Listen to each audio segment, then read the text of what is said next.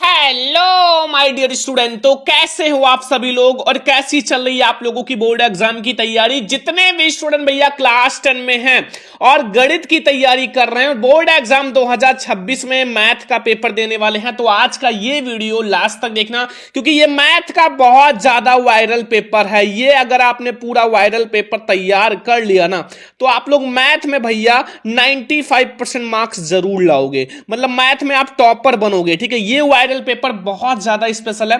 आपका जो बोर्ड में मैथ में क्वेश्चन आएगा 100% इसी पेपर से आएगा।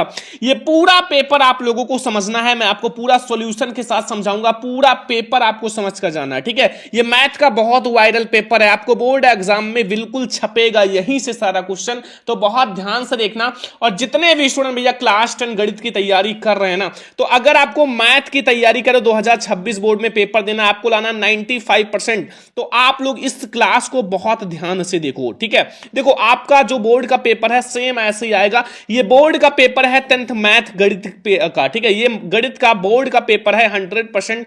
आपके पेपर में पूरा जो क्वेश्चन है ना, यही पेपर से छपेगा। मैंने थोड़ा सा देर में मैथ की क्लास लाया है जो पेपर, लेकिन बहुत ज्यादा स्पेशल लाया है, क्योंकि इसमें मैंने वो क्वेश्चंस लिया है जो बोर्ड एग्जाम में डायरेक्ट आएगा। ठीक है, आपके पास भैया 3 घंटे 15 मिनट का समय होता है पेपर में, आप 2 घंटे में पूरा पेपर करके आओगे। ठीक है, 2 घंटे में, क्योंकि आपको पता है कौन सा क्वेश्चन आएगा। ठीक है, और 100% मेरे प्यारे स्टूडेंट यही पेपर आपके बोर्ड एग्जाम में आएगा, तो बिल्कुल आप तैयार कर लेना ये पूरा पेपर। ठीक है, बिल्कुल तैयार कर लेना। अगर आप लोग पेपर के दिन आधी रात को भी आपको ये क्लास मिल जाता है ना, तो पूरा देख लेना, पूरा देख लेना, एक एक क्वेश्चंस को आप लोग समझ लेना। ठीक है, और अभी मैं आपको बताऊंगा क्या आएगा आपके बोर्ड एग्जाम के पेपर में, क्या आएगा, कैसे तैयार करना है वो भी बताएंगे, कैसे लिखना है, आखिर आप गणित का पेपर में कैसे लिखोगे वो भी बताएंगे, क्योंकि हमें 95% मैथ में लाना है, बिल्कुल टॉपर बनना है। तो आज के इस वीडियो को सभी स्टूडेंट लाइक जरूर करना।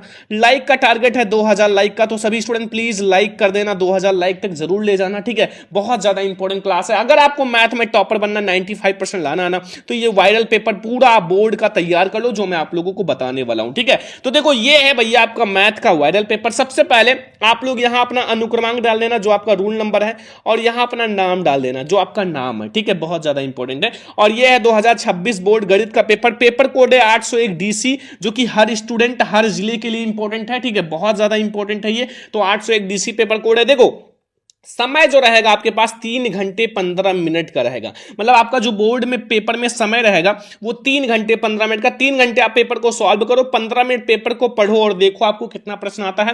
पूर्णांक जो रहेगा वो 70 नंबर का, आपका पूरा पेपर जो रहेगा वो 70 नंबर का रहेगा। ठीक है, 70 नंबर का।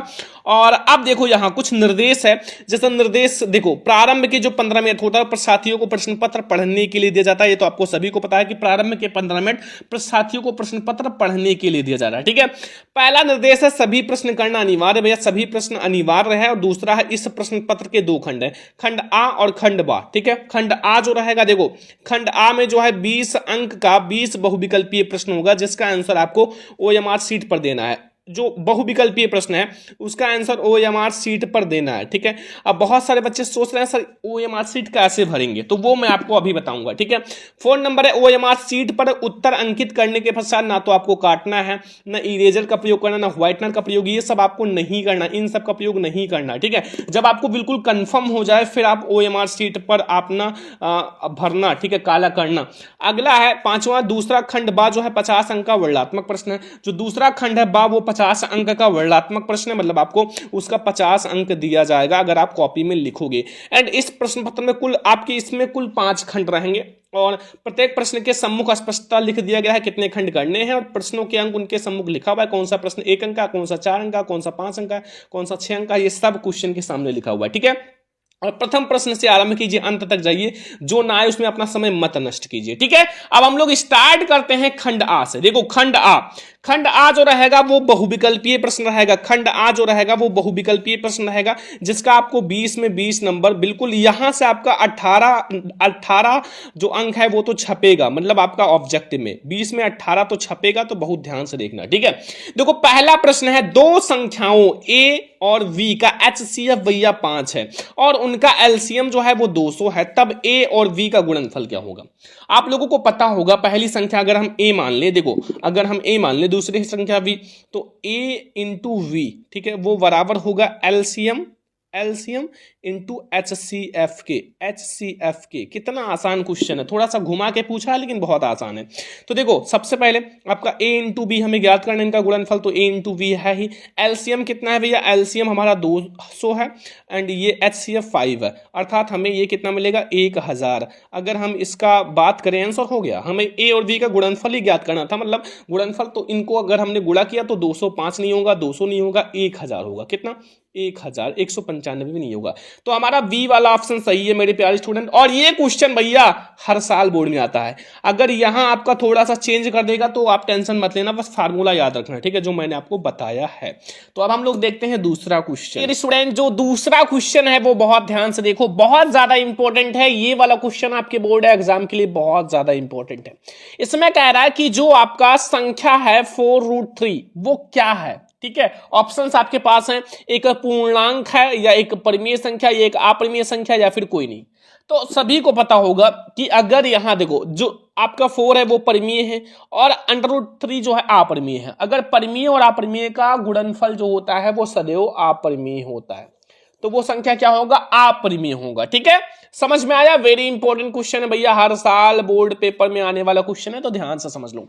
अगला क्वेश्चन आ जाओ मेरे प्यारे स्टूडेंट, तीसरा नंबर क्वेश्चन।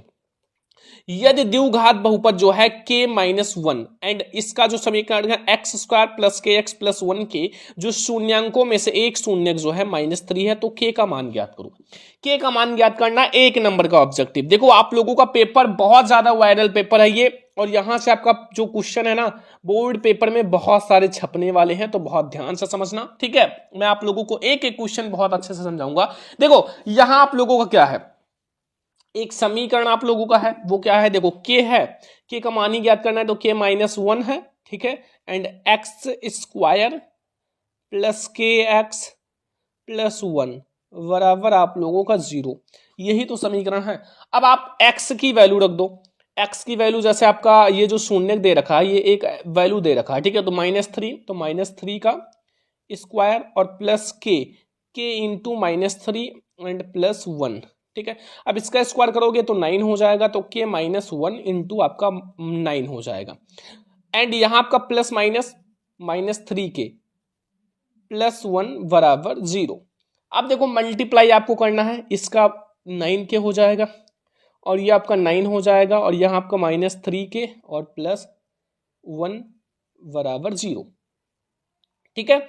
अब देखो ध्यान से यहां समझो, यहां आपका 9k में से 3k जाएगा, 6k बचेगा, और यहाँ 9 में से 1 जाएगा, -8 बचेगा, बराबर 0 मिल गया। और यहाँ से 6k बराबर 8 मिल गया, k बराबर अगर हम ध्यान दें तो आपका 8/6, और यहाँ से आपका मिलेगा 4/3। तो 4/3 हमारा करेक्ट आंसर हो जाएगा। क्या हो जाएगा? 4/3, ठीक है। ये हमारा 4/3 जो ए वाला ऑप्शन है ये बिल्कुल सही है, ठीक है। 4/3 हमारा सही है और -4/3 गलत है, -2/3 ये सब गलत है। तो ये आपका तीसरा क्वेश्चन बहुत ज्यादा इंपॉर्टेंट है। अब हम लोग आते हैं चौथा नंबर क्वेश्चन। लिखा हुआ द्विघात बहुपद जो है x² plus kx plus k and k की value is not equal to 0 के शून्यक है। 1 नंबर का ऑब्जेक्टिव है, ऑप्शन नंबर ए है। दोनों धनात्मक नहीं हो सकते, या दोनों ऋणात्मक नहीं हो सकते, या सदैव असमान या फिर बराबर। देखो दोनों जो है वो ऋणात्मक मिलेंगे, तो हमें ऋणात्मक नहीं इसमें लिखा हुआ है, तो ये गलत है। दोनों इसका मतलब हमारा धनात्मक नहीं हो सकते, ठीक है। ए वाला ऑप्शन सही है और सारा आपका गलत है, ठीक है। 4 में 4 क्वेश्चन समझ में आ गया।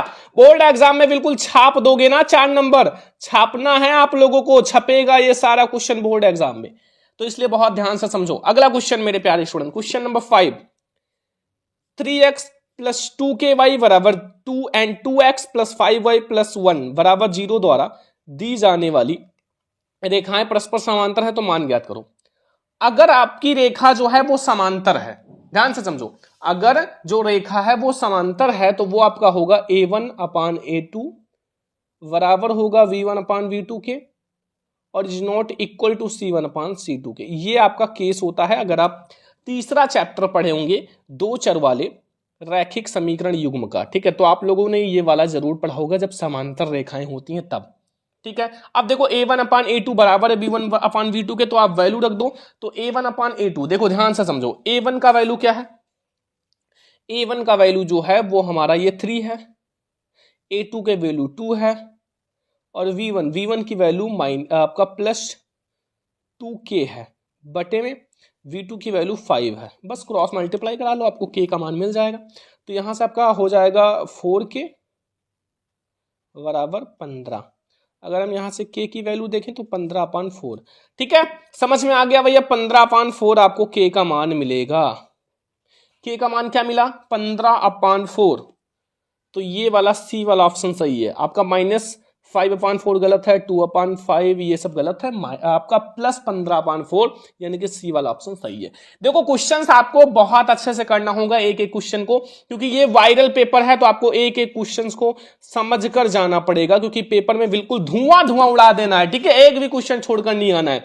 अगला क्वेश्चन, रैखिक समीकरण युग्म जो है x बराबर आप लोगों का y है, तो x + y = 0 का k, यानी कि क्या हो सकता है, ऑप्शन नंबर ए है उभयनिष्ठ। कोई उभयनिष्ठ हल नहीं है होता, या असीमित रूप से अनेक हल होंगे, या अद्वितीय हल होंगे, या उपयुक्त में से कोई नहीं। तो इसके जो होंगे अद्वितीय हल होंगे, यानी कि आपका सी वाला ऑप्शन सही है, सी वाला ऑप्शन सही है, अद्वितीय हल होगा। ठीक है, क्या होगा, अद्वितीय हल होगा। ठीक है, समझ में आ गया ना, कोई दिक्कत कोई कंफ्यूजन नहीं होगा आप क्वेश्चन नंबर 6 तक।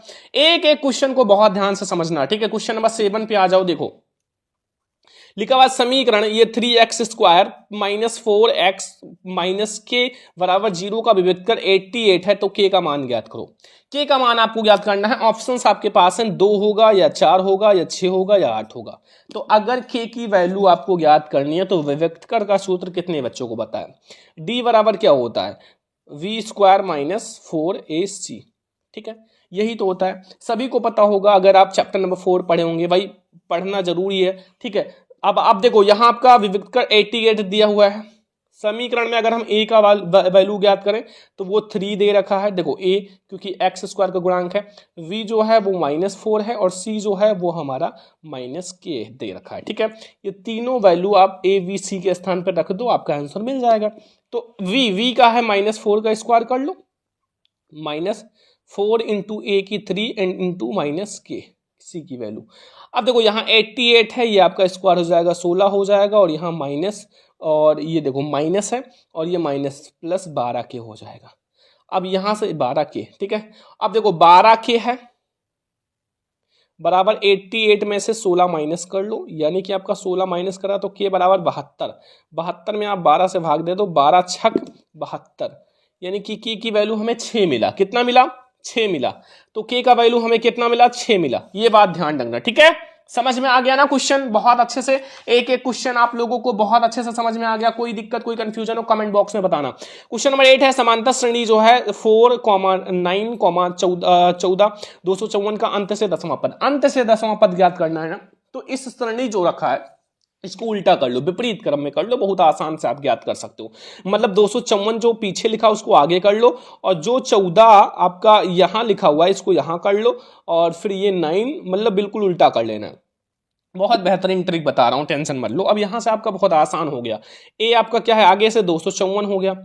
ठीक है, डी अगर हम बात करें तो 9 में से 14 जाएगा, -5 मिलेगा, और n जो है 10वां पद यानी कि 10 हो जाएगा। बस वैल्यू आप रख दो, आपको मिलेगा T10। हमें T10 याद करना ना, या an कुछ भी लग सकते हो, यहाँ Tn लिख दो। अभी फार्मूला a + n - 1 × d, बस वैल्यू रख दो, आंसर मिल जाएगा। देखो यहाँ T10 हमें ज्ञात करना है, T10 a हमें दे रखा है 254 + n 10 - 1 × d -5। ठीक है, यहाँ से 254 मिला, और 9 × 5 = 45।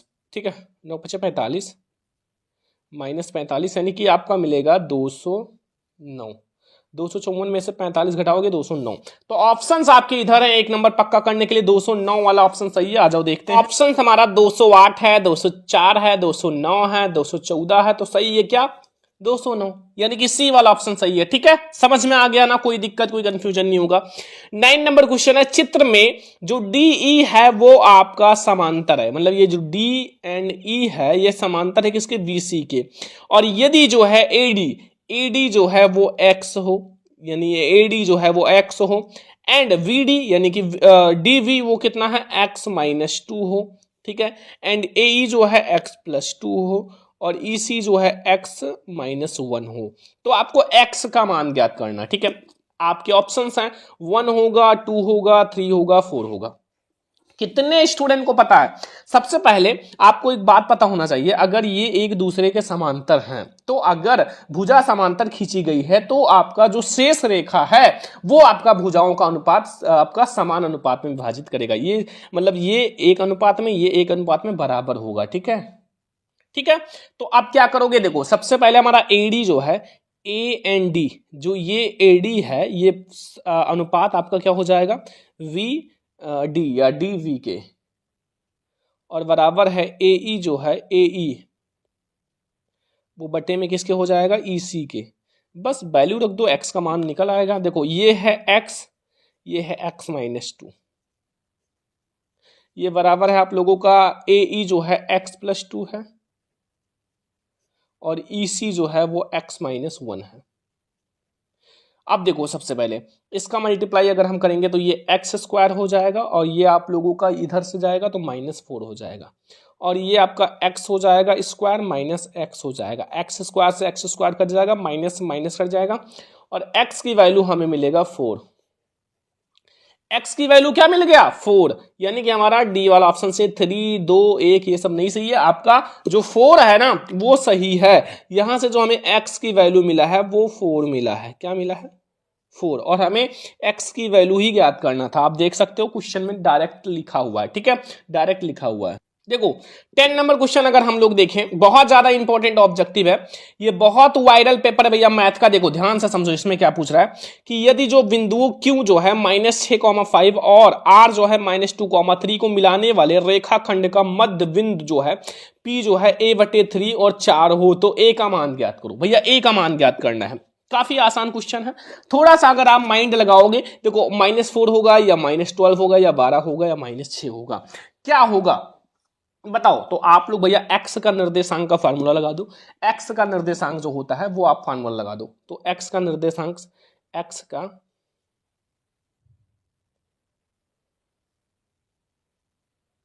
निर्देशांक वो आप लोगों का बराबर होगा x1 प्लस x2 बटे में 2। तो x1 आपका क्या है -6 और x2 क्या है -2, तो -6। ठीक है, और ये आप लोगों का एक हो जाएगा प्लस में -2 बटे में कितने पद हैं, 2, और हमें x का निर्देशांक ये दे रखा a/3, तो a/3 जो हो जाएगा बराबर हो जाएगा -6 -2 बटे में 2, और a/3 हो जाएगा -8 बटे में 2, और यहाँ से 2a बराबर 24, वो भी माइनस में, a बराबर आपका -24 बटे में 2 अर्थात -12।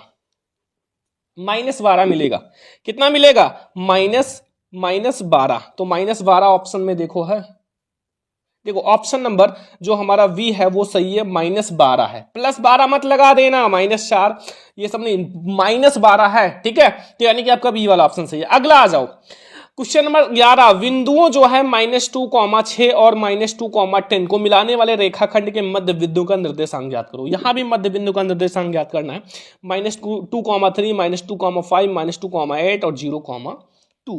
तो ये आप लोगों का बहुत ज्यादा इंपॉर्टेंट क्वेश्चन है और आपके बोर्ड एग्जाम में जरूर आएगा। तो आप लोग ये तो बहुत आसानी से ज्ञात कर सकते हो, क्योंकि मध्य बिंदु का निर्देशांक का सूत्र जो होता है, सूत्र, ठीक है, सूत्र जो होता है वो क्या होता है, x1 प्लस x2 बटे में 2 तथा y1 प्लस y2 बटे में 2। ठीक है, बस यहीं से आप ज्ञात कर लो। तो देखो सबसे पहले अगर हम एक्स वाई का निर्देशांक ज्ञात करें तो एक बार आप x की वैल्यू रखो, मतलब आपका मध्य बिंदु के सूत्र के लिए आप x की वैल्यू रखो, x1 क्या है, ये x1 है, ये y1 है, ये x2 है, ये y2 है। ठीक है, तो x1 हमारा कितना है, -2, और आपका ये भी आपका -2 बटे में 2 बराबर ठीक है, इतना तो आपको पता चल गया। ये -4/2 -2 मिलेगा, यानी कि हमें पहला वाला -2 यानी आपको सूत्र में आपको मिल गया। अब y वाला रखो, जो y वाला तथा अब y वाला रख दो, जो y वाले में क्या है भाई, तथा y1 + y2/2।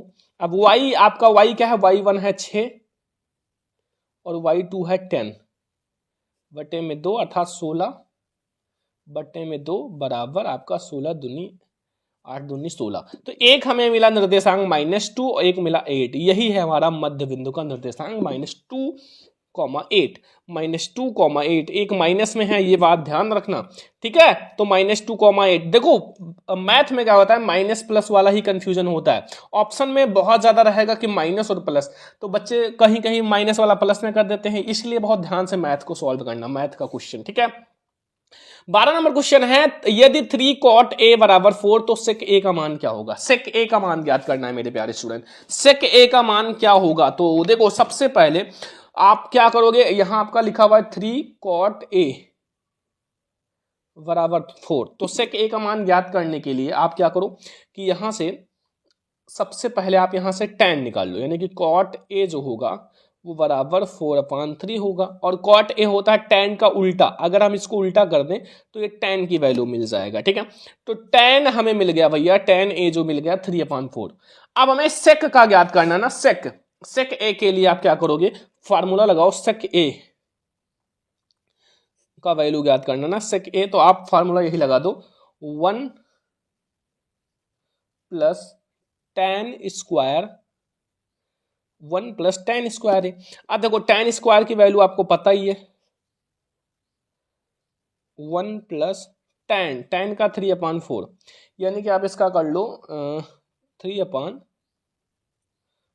का स्क्वायर, अंडर रूट आपका हो जाएगा 1 + 3 × 3 = 9, 4 × 16, 16 कलम 16 9 25, 25/16 और 25/16 5 और 4 × 16, 5/4 क्या आएगा, 5/4, क्योंकि आपका जो ये 25 का रूट होता है वो 5 होता है और 16 का 4 होता है, 5/4, ठीक है। और सारा आपका गलत है, ऑप्शन नंबर बी वाला सही है। अगला क्वेश्चन मेरे प्यारे स्टूडेंट, काफी ज्यादा इंपॉर्टेंट क्वेश्चन अब आप लोगों के लिए आ चुका है। 13 नंबर क्वेश्चन। 13 नंबर क्वेश्चन में क्या पूछ रहा है कि जब एक बिंदु दृष्टि रेखा और क्षैतिज रेखा में बने हो, जबकि प्रेक्षित क्षैतिज रेखा ऊपर होता है, तो 1 नंबर का ऊपर अगर होता है तो वो क्या होता है, वो आपका उन्नयन कोण होता है। क्या होता है, उन्नयन कोण, अवनमन कोण नहीं होता है, ठीक है। और सारा तो गलत है, उन्नयन और अवनमन में ही आपको कंफ्यूजन होगा, तो ये बात ध्यान रखना कि वो उन्नयन होगा, ठीक है। आगे आ जाओ, अगला क्वेश्चन 14 नंबर कि वृत्त पर स्थित किसी बिंदु पर कितनी स्पर्श रेखाएं खींची जा सकती हैं, 2 नहीं 3, 2 3 नहीं, केवल एक स्पर्श रेखा। कितनी, एक स्पर्श रेखा। ऑप्शन नंबर आपका यहां देखो सी वाला सही है, एक स्पर्श रेखा खींची जा सकती है। अब देखो अगला क्वेश्चन जो कि बहुत ज्यादा इंपॉर्टेंट है, थोड़ा सा फिगर भी इसमें बनाना पड़ेगा। देखो लिखा हुआ है कि अगर यहां देखो ध्यान से, देखो लिखा हुआ 5 सेंटीमीटर त्रिज्या वाले एक वृत्त के बिंदु P पर स्पर्श रेखा PQ केंद्र से C से जाने वाली एक रेखा से बिंदु इस प्रकार मिलती है कि OQ = 12 सेंटीमीटर, तो PQ की लंबाई है। PQ की लंबाई ज्ञात करना, एक फिगर हम लोग बनाते हैं, काफी अच्छा सा सुंदर सा। पहले एक गोला खींचते हैं, देखो मैं अपने पास अभी मैं बहुत आसानी से आप लोगों को समझाऊंगा। एक गोला है, ठीक है। अब यहां से क्या है, ये वाला जो है, ये वाला ये 5 सेंटीमीटर है। देखो ये हमें कितना दे रखा है, 5 सेंटीमीटर, ठीक है। और ये O है, और O से P की दूरी 5 सेंटीमीटर। अगर हम ये वाला, अगर ये वाला बात करें तो हमें ज्ञात करना है, और ये वाला हमें दे रखा है, ठीक है, ये एक ही लाइन है, ठीक है। ये वाला हमें दे रखा है 12 सेंटीमीटर, ठीक है। और ये हमें ज्ञात करना है, मतलब P और Q, ये वाली दूरी हमें ज्ञात करनी है, आखिर ये दूरी कितनी है, ठीक है। तो कैसे ज्ञात करोगे, आपको भाई पता ही है, ये हमारा लंब है और ये कर्ण है, इसका स्क्वायर मतलब जानते ही हो आप लोग, सभी को पता होगा, ठीक है। तो पाइथागोरस प्रमेय से, तो आओ हम लोग पाइथागोरस प्रमेय से इस क्वेश्चन को बहुत अच्छे से सॉल्व कर लेते हैं। देखो क्या करना है, देखो इसमें हमारा समकोण त्रिभुज OP क्यू में पाइथागोरस परिमेय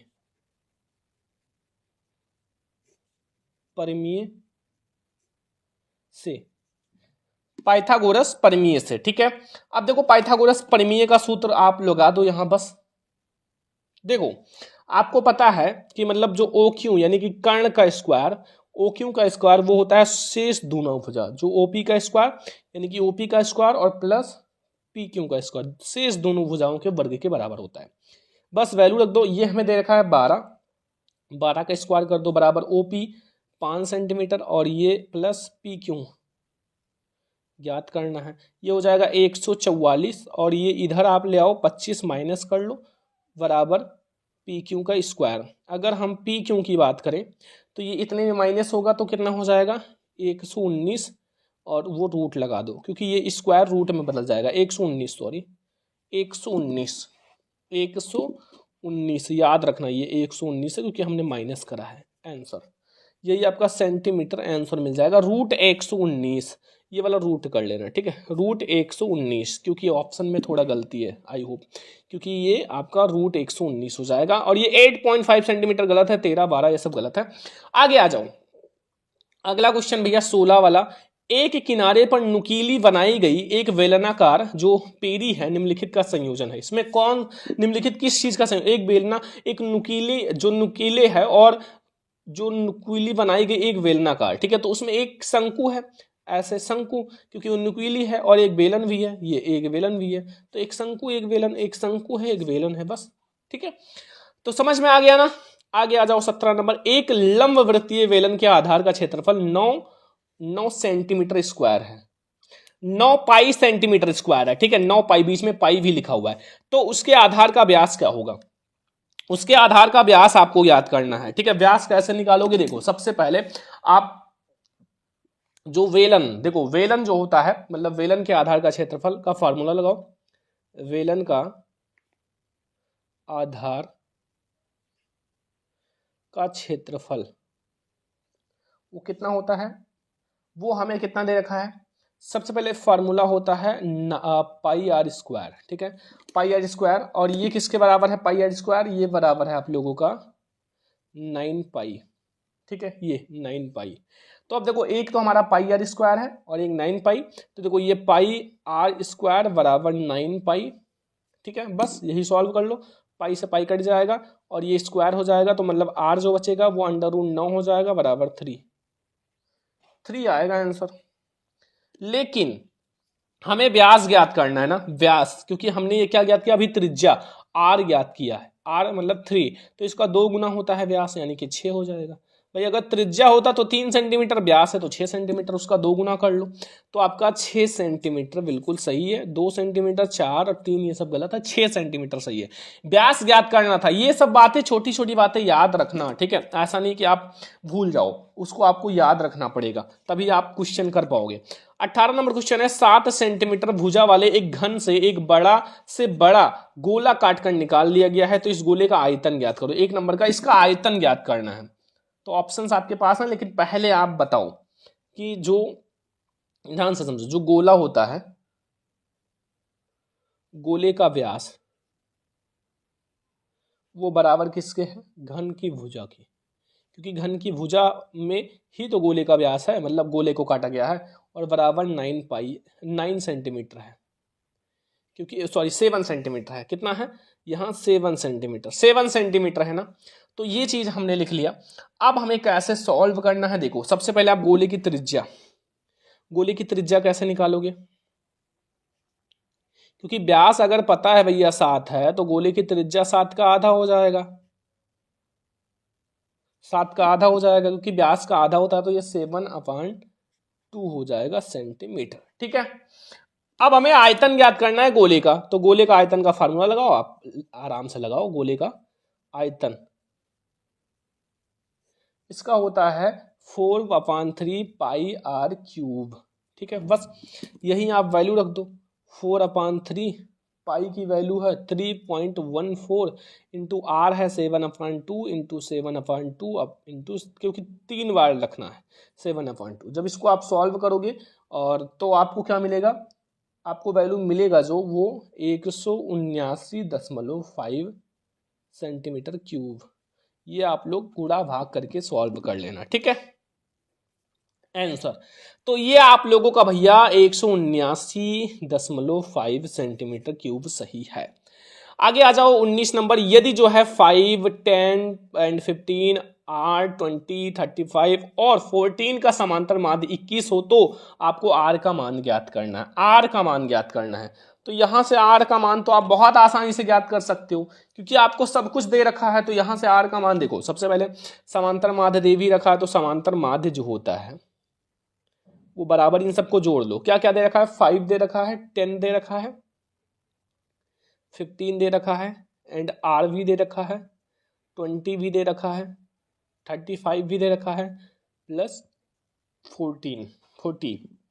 अब कितने पद हैं? 1 2 3 4 5 6 7। तो 7 पद हैं, बटे में आप 7 से भाग दो, जितना पद हो उतने से भाग दो।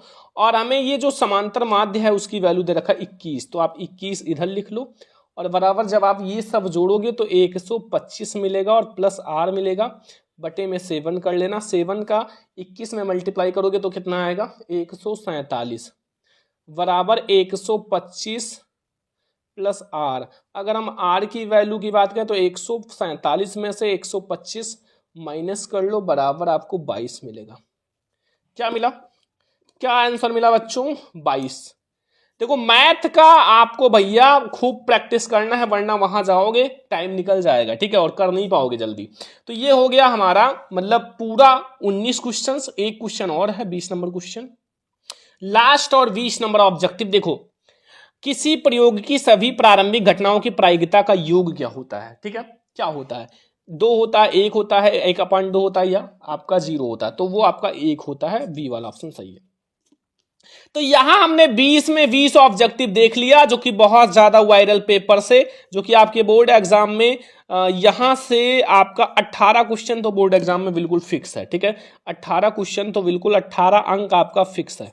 तो ये आपको ऑब्जेक्टिव समझ में आ गया। अब आता है भैया खंड बा जो कि वर्णनात्मक प्रश्न, जिसके लिए आपको बोर्ड एग्जाम में भैया कॉपी दी जाएगी और उसमें आपको भैया अपने अच्छे हैंडराइटिंग के साथ लिखना पड़ेगा। जितना अच्छा लिखोगे उतना नंबर मिलेगा और आपको पूरा करके आना है। जैसे पहला क्वेश्चन मैंने बताया है कि एक रूट वाला जरूर आएगा, लिखा हुआ है सिद्ध कीजिए कि √2 एक अपरिमेय संख्या है। देखो मैं आपको बता दूं बोर्ड एग्जाम में √2 आ सकता है, √5 आ सकता है, 3 + 2 √5 आ सकता है, ऐसे करके बहुत सारा आ सकता है। तो तैयार कर लेना, मैंने पढ़ा रखा है, एक क्लास में बहुत बार पढ़ाया, ठीक है।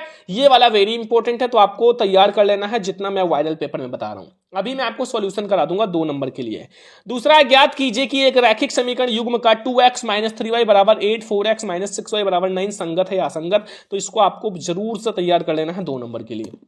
संगत असंगत बताना है। गा वाला है निम्नलिखित बारंबारता का सरणी से माध्यिका ज्ञात करो। ये आपका सरणी दे रखा है, वर्ग अंतराल है 0 से 10 आपका 10 से 25, 25 से 40, 40 से 45, 45 से और 55 से 70, 70 से 85, ठीक है, 15-15 का अंतर है।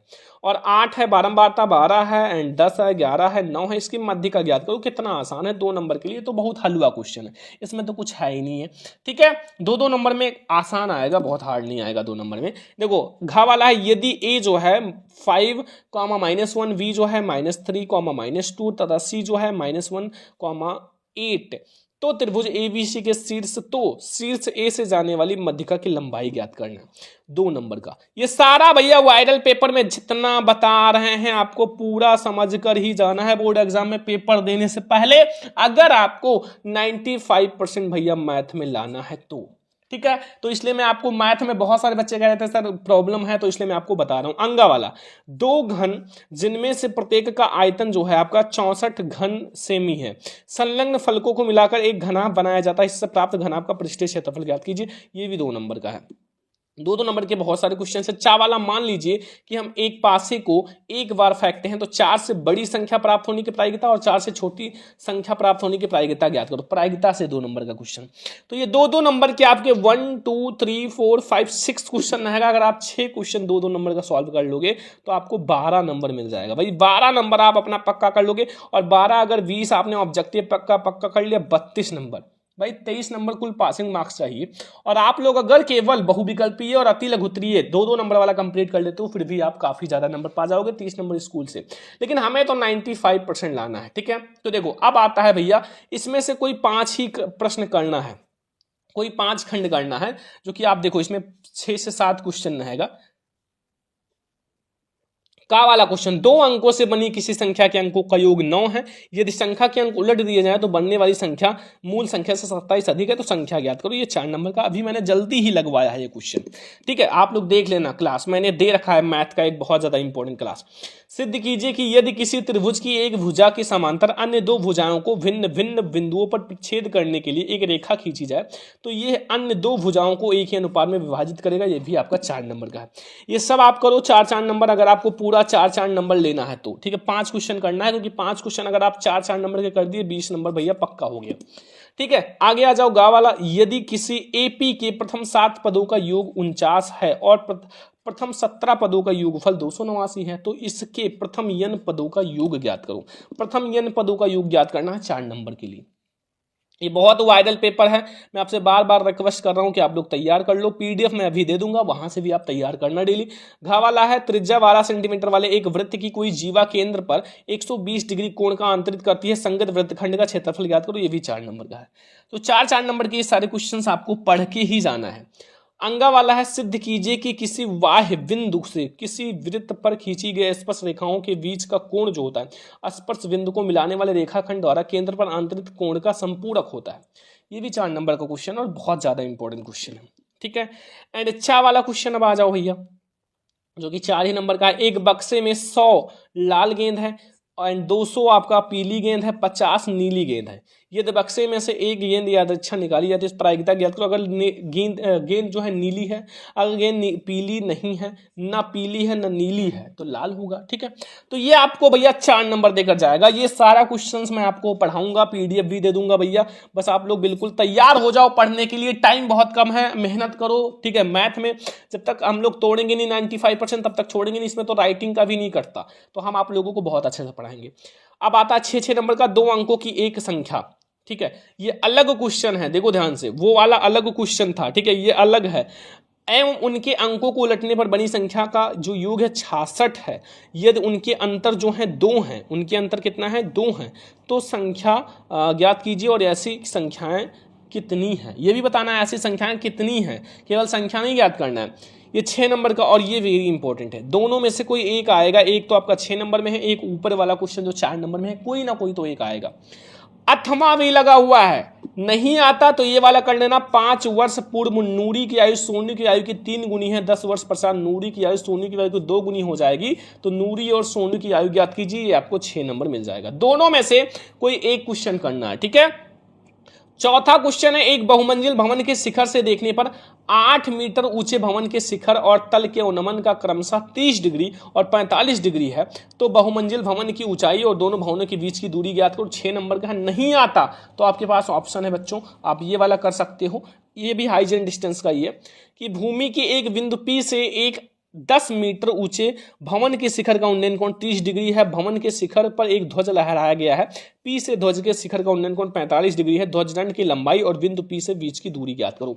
ये हाइट एंड डिस्टेंस का बहुत ज्यादा इंपॉर्टेंट क्वेश्चन है भाई, बहुत बार आया हुआ है, इसलिए मैं आपसे कहूंगा तैयार कर लेना। ठीक है, अब आता है बच्चों एक और 6 नंबर का क्वेश्चन, जो कि आपको करना है दोनों में से कोई एक। देखो ये आप लोग ध्यान से देखो, लिखा हुआ है कि एक बर्तन एक उल्टे शंकु के आकार का है, उसकी ऊंचाई 8 सेंटीमीटर, इसके ऊपरी जो खुला हुआ भाग उसकी त्रिज्या 5 सेंटीमीटर है, या ऊपर तक पानी से भरा हुआ है। जब इस बर्तन में शीशे की कुछ गोलियां जिसमें 0.5 सेंटीमीटर त्रिज्या वाला एक गोला डाली जाती है, तो उसमें भरे जाने वाले चौथाई भाग बाहर निकल जाता है।